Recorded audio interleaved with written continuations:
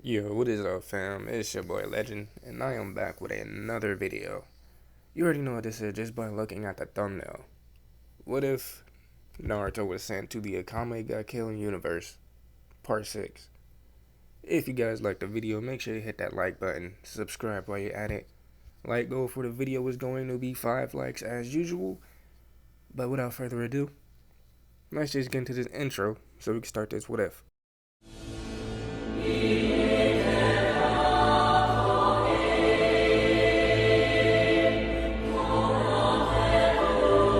And now, this world shall know pain.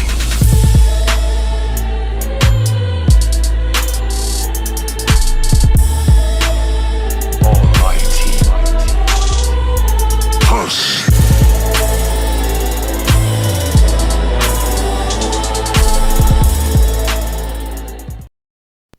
The amber glow of the setting sun bled through the high, arched windows of the imperial throne room, casting long shadows across the ornate red carpet. Gold-trimmed columns stood tall like silent sentinels, and the scent of incense and polished steel hung in the air, fitting for a room where bloodless decisions often led to very bloody consequences. As death knelt perfectly still in the center of the chamber, her head bowed slightly in respect, one gloved hand resting on the hilt of her saber while the other lay calmly on her thigh.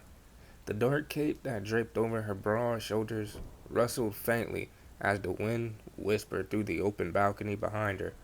The only movement she allowed herself, even kneeling there, was a fierce presence to her, an air of controlled violence wrapped in a beauty and discipline. Before her sat the Emperor, a boy barely into his adolescence, perched on his towering, gem-encrusted throne, like a porcelain doll dressed in royal skins.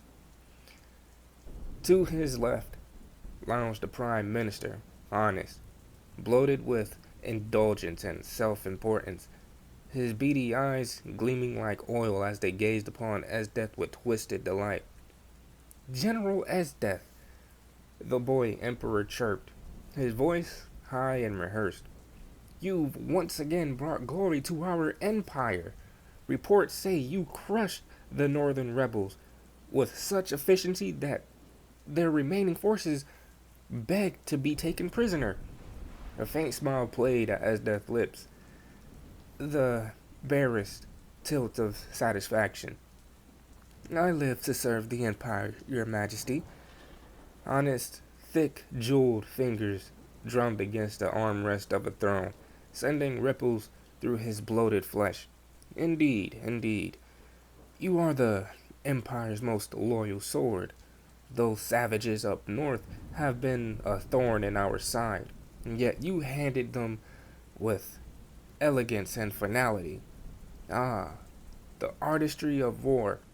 Truly your methods never cease to impress." Esdeath remained silent, letting the praise roll off of her like water on steel. Compliments were of little interest to her unless they came from a worthy opponent or someone she considered her equal. The Prime Minister's grin shifted from flattery to calculation.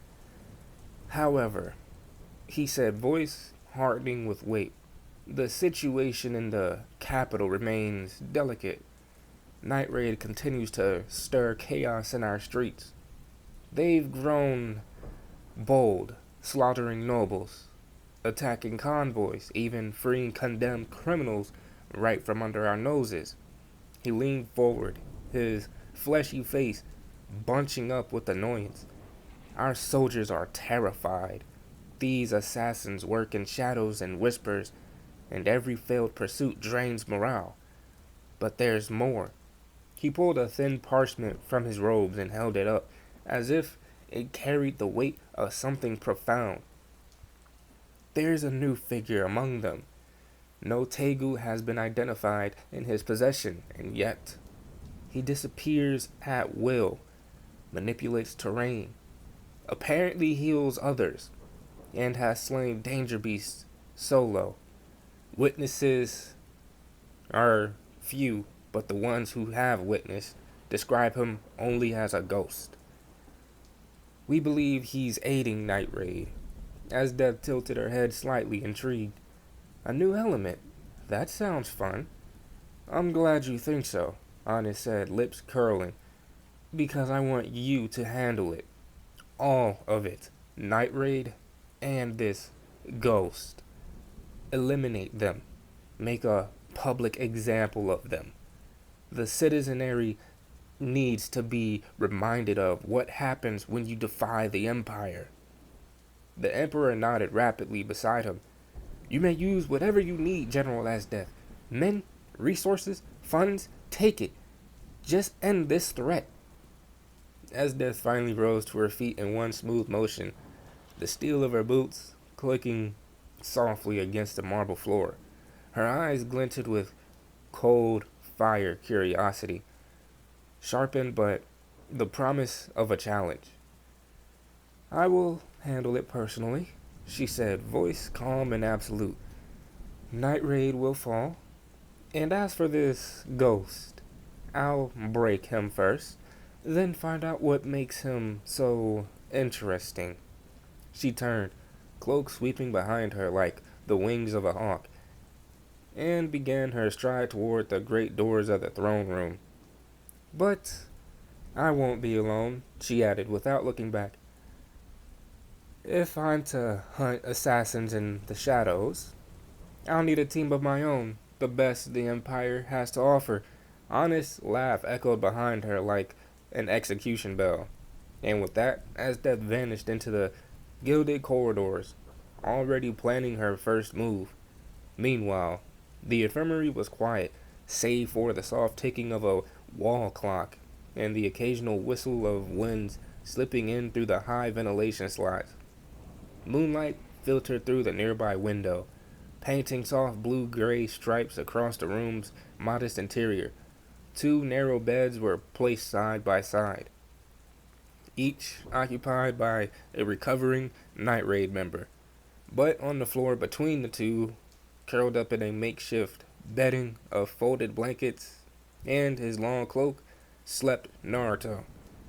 His chest rose and fell in steady rhythm, blonde hair splayed against the cool wooden floor, one arm draped across his stomach while the other was folded beneath his head like a pillow. He had dark circles beneath his eyes, telltale signs of sleepless nights. But in this moment, at last, he looked at peace. Shell lay on the right bed, hands folded neatly over the thin blanket that covered her. Her violet eyes blinked slowly, fixed on Naruto's sleeping form. She had woken up not long ago, confused at first, but then immediately calmed by the familiar presence beside her. She didn't question why he was there. That wasn't really her style. On the left bed, Mine sat upright, knees hugged to her chest, chin resting atop them. Her pink hair was tied back in a loose ponytail, though several strands fell free and framed her thoughtful expression. Her sharp eyes flicked between Naruto and Shell, with a knowing smirk. You know, Mine whispered, glancing sideways at Shell. He didn't have to stay the whole night, but he did. Shell blinked at her, puzzled. He's probably just considerate. Naruto does have that for everyone, right? Mine arched a brow. He does care about everyone, but he's especially attentive to you, Shell. Still, the other girl didn't pick up on the hint. Well, maybe because we both got hurt on that mission? He might feel responsible. Mine rolled her eyes and muttered, Oh my God, you're so dense. Shell tilted her head in confusion. Mine sighed and leaned back against her pillow. Forget it. But she wouldn't. Not really. She was seriously considering spelling it out, telling Shell outright that Naruto had a crush on her. It wasn't a secret among the rest of Night Raid, but Shell, sweet as she was, never read between the lines. Ever. And tonight, that might just change. Meanwhile, in the main room of Night Raid's base, Bulat stood beside the long wooden table, arms crossed over his armored chest, brow furrowed in thought. Tatsumi was beside him, the glow of the lantern above casting shadows across his face. Najina stood across from the mechanical arm resting heavily on the table as she pointed at a rough map of the capital's river routes. The target is Sayura, Najinda said, voice clipped and serious. He'll be traveling by ship tomorrow, moving illegal weapons from the Prime Minister's private militia. He'll be lightly guarded, just a skeleton crew. This is your best shot. Tatsumi nodded, already mentally preparing himself. What's the plan for infiltration? Underwater approach? You're aboard the ship beneath the hull. Bulat uses Incursio stealth mode to conceal you both. Bulat gave a confident smile. We'll make it clean. No alarms, no mess. Najina's eyes lingered on the two of them for a moment longer than necessary. She hesitated, just slightly. Be careful. Something about this mission feels too easy. But she said nothing else. With a nod from both men, they turned and headed out into the night. What none of them knew, what even Najina suspected too late, was that the entire mission was a trap. Sayura wasn't even on the ship at all. The convoy had been nothing more than bait. And the true hunters were waiting in the dark, smiling beneath the flags of the Empire. Hours later, far upriver, Tatsumi and Bulat emerged from the water like phantoms clinging silently to the side of the sleek, black painted vessel. The moon hung low in the sky, its reflection shimmering over the current. Ready? Bulat whispered. Tatsumi nodded. Let's go. Together they slipped onto the deck like shadows. Neither of them noticed the subtle sigils etched into the ship's planks. Not the faint glint of blue eyes watching them from the farthest mast.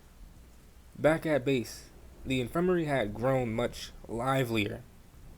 Naruto remained asleep, still curled up between the two beds, while 4 more members of Night Raid stood gathered around in a semicircle. Leone, Akame, Seiyo, and Ieyasu. Leone was the loudest, of course. Shell, you're awake! Leone grinned, stretching lazily before plopping herself onto the edge of her bed. Perfect. We've been dying to talk to you. About Naruto, Ieyasu added, helpfully. Shell looked between them, clearly confused. Again? Why does everyone keep... Because it's obvious, Seiyo said, folding her arms. Naruto totally likes you. He's just too awkward to say anything. I don't think he's awkward, Akame said, her voice calm as ever. He's just very reserved, especially about feelings. That's 'cause he's had a rough life, Leone added, nudging Shell's foot with her knuckle. But if you ask me, the guy's head over heels. And it's kinda sweet in a he'll punch your soul out if you're mean to her kinda way. Shell looked from one face to the next, mouth slightly agape. It wasn't that she was embarrassed. Shell didn't get embarrassed in the traditional sense. But she was stunned, like someone had told her the sun might rise from the west tomorrow. I thought you were all just being silly, she mumbled, turning slightly to glance at Naruto. He still hadn't moved, curled up between their beds like a sentinel who had collapsed on duty. His peaceful face stirred something in her chest, a memory or maybe a realization. He had stayed up all night for her. He had fed her every spoonful of broth, even when she dropped some on her blanket and apologized. He didn't even flinch when she asked if she was going to be paralyzed forever. He just smiled and said he wouldn't let that happen. What if, Shell murmured to herself, voice barely above a whisper, what if you're not lying? The others quieted. Mai leaned forward. Then what would you do? Shell looked thoughtful again, a far off look in her eyes as she glanced down at her unmoving legs under the blanket. I think I'd want to thank him properly, but I'd have to figure out how. Start by telling him you thought we were joking, Seo said with a laugh. Naruto stirred for a moment, murmuring something unintelligible underneath his breath before sinking deeper into sleep. Leone leaned over him, grinning. If you ever decide to say something, Blondie, I hope you're ready to be teased for the rest of your life. Shell turned her gaze back to him, softer now. She reached out and gently brushed a stray lock of his hair from his brow. Her touch was feather-like. I'm really bad at noticing things, she whispered to herself. Akame, silent at the foot of the bed, watched her closely, but Shell's mind was already tumbling, gears turning in her usually dreamy head. Because maybe, just maybe, he really did like her. And for once, that thought didn't scare her. It made her smile. Naruto's vision became blurry, the ceiling above him pale and unfamiliar. Slowly, sounds began filtering in low murmurs, shifting footsteps, and the soft rustling of fabric. And his senses returned to him. So did the ache in his muscles and the fuzziness in his head.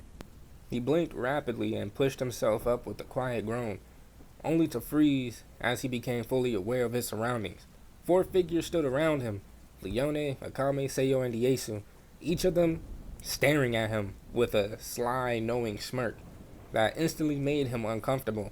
Their expressions weren't hostile, but there was something unsettling in the way they watched him, as if they just uncovered some grand secret he wasn't aware of. Mine lay resting, still, but breathing steadily. On the opposite bed, Shell remained half sitting, her movement still sluggish, and her posture stiff from injury. Her violet hair spilled over her shoulder in waves, and a faint blush colored her cheeks the moment her eyes met with Naruto's. Naruto's heart gave an odd flutter, and then, like a slap from the past, memories of Sakura's clenched fist, the bruises, and her sharp rebukes when he tried to compliment her or get too close came rushing back. Don't do anything stupid, Naruto, he scolded himself, quickly looking away from Shell and rubbing the back of his neck. He couldn't afford misunderstandings. He couldn't afford heartbreak. He stood abruptly, almost knocking over a stool that was beside him. I'm gonna go get some water and food, he muttered. Mine and Shell are still healing. I'll take care of them. His voice was firm but awkward, his eyes not meeting anyone's. Before they could say anything, he slipped past them, exiting the room in a flurry of movement. The 4 remaining Night Raid members stared at him with stunned silence. That was weird, Ieyasu said, scratching the back of his head. Leone burst into laughter. No, that was adorable. The man looked like he saw his life flash before his eyes, just from locking eyes with Shell. Akame crossed her arms thoughtfully. He's not afraid of killing people or demons, but he flinched when she blushed at him. Seiyo smirked. That confirms it. He's not smooth. He's just awkward. Shell looked down at her hands.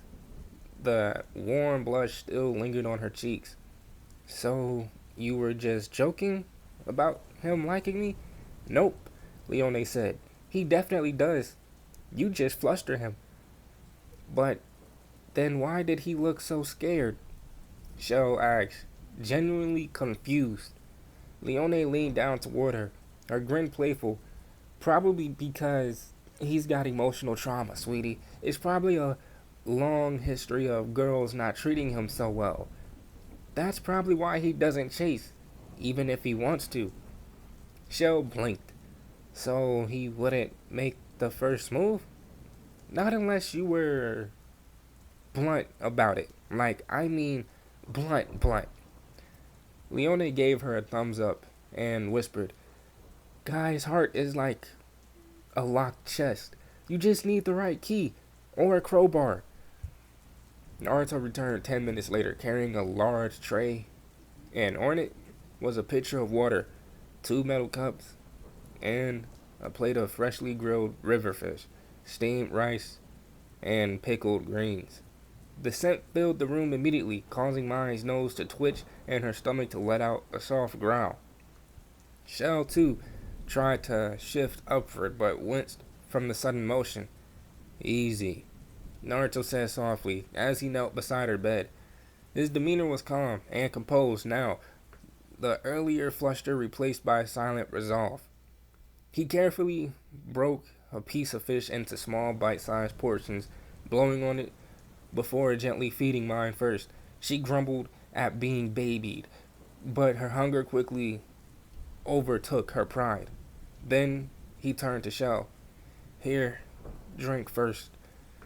Shell reached for the cup, but her arms were still trembling, and she gave a sheepish, apologetic smile. Sorry, I can't lift it yet. Naruto looked thoughtful for a moment. Then, without a word, he reached for the straw on the tray and stuck it into the cup of water. The others in the room continued talking among themselves quietly, but their attention slowly shifted as they noticed what Naruto was doing. He drew water into the straw and, with it still in his mouth, kept the liquid suspended by plugging the other end with his tongue. Then, with utter calm, he leaned toward Shell, gently positioning the opposite end of the straw to her lips. Shell blinked, stunned. Her blush deepened. He gave a small nod, and she hesitantly wrapped her lips around the opposite end of the straw. Naruto tilted his head slightly, easing his tongue from the straw and let the water pass, and Shell drank. And then he repeated the process, twice, then a third time, until Shell had her fill. He didn't speak. He didn't comment.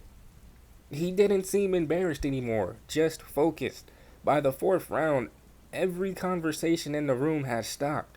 Leone's jaw was slightly open. Akame raised an eyebrow. Iesu's eyes widened, and Seo gave a low whistle. What the hell? That was bold, Leone muttered. But Naruto seemed oblivious, or perhaps he didn't care anymore. After helping Shell finish the water, he cut up her fish and began feeding her with the same quiet attentiveness. There was no teasing, no jokes, just the faintest smile on his face and a warmth in his eyes that none of them had seen before. Mine, now watching from her bed, whispered to Akame, That's not how he treated me. Akame nodded. He's gentle with you, but with Shell, it's different. Naruto continued helping Shell eat until she gently stopped him with the hand on his wrist. I'm full, she whispered. Thank you. Their eyes met again, but this time Naruto didn't look away immediately. He held her gaze, something flickering behind his usually calm expression. Vulnerability? Admiration? Shell's heart raced, but then Naruto stood and turned away, walking toward the tray to clean up. He couldn't read Shell's look of longing or the growing confusion in her chest. All he could hear were echoes from his past. Sakura scoffing, pushing him away, reminding him of his place. He didn't want to misstep again. He didn't want to think that Shell might... Nope. He didn't deserve hope. But for everyone else in the room, it was painfully clear. Naruto liked Shell. He just didn't know how to believe it could ever go both ways. And Shell, clutching her sheets and cheeks flushed, whispered to herself, Maybe he really does. But guys, I want to end it off right here. If you guys enjoyed the video, make sure you hit that like button. Subscribe while you're at it. But without further ado, I am out, and I will see you guys in the next video. Stay blessed, y'all.